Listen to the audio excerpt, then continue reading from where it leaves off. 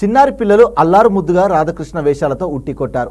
కోలాటలు ఆడుతూ ముద్దు ముద్దు మాటలు మాట్లాడుతూ పాటలు పాడుతూ కృష్ణాష్టమి వేడుకలు ఘనంగా జరుపుకున్నారు.